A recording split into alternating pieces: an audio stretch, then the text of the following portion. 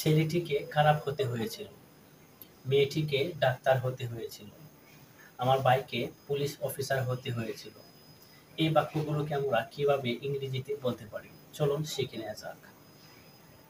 Assalamu alaikum and welcome to Zonakir Al English House and Rosa Khadim, and you are watching Muhammad Abdul Rahman.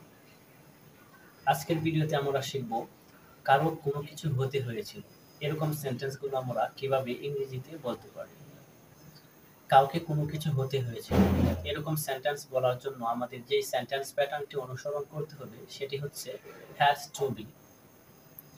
মূল স্ট্রাকচারটি হবে subject plus has to be plus adjective অথবা একটি নাম plus object. For example, the boy has to be bad, ছেলেটিকে খারাপ হতে হয়েছিল। The girl has to be a doctor, মেয়েটিকে ডাক্তার হতে হয়েছিল। My brother has to be police officer, আমার ভাইকে পুলিশ অফিসার হতে হয়েছিল। আর আমরা যদি কাউকে কোনো কিছু করতে হয়েছিল এরূপ বোঝাতে চাই, সেক্ষেত্রে আমাদের হ্যাড টু প্লাস V1 অর্থাৎ ভার্বের বেস ফর্ম ব্যবহার করতে হবে। মূল স্ট্রাকচারটি হবে subject plus had to plus V1 অর্থাৎ ভার্বের base form plus object. For example, I has to go there, আমাকে সেখানে যেতে হয়েছিল। My brother has to take a job, আমার ভাইকে একটি চাকরি নিতে হয়েছিল। My mother has to cook, আমার মাকে রান্না করতে হয়েছিল।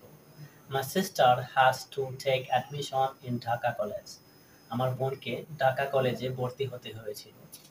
That's all. Thanks for watching this video. See you with another video. Till then, keep learning, keep practicing. Assalamu alaikum.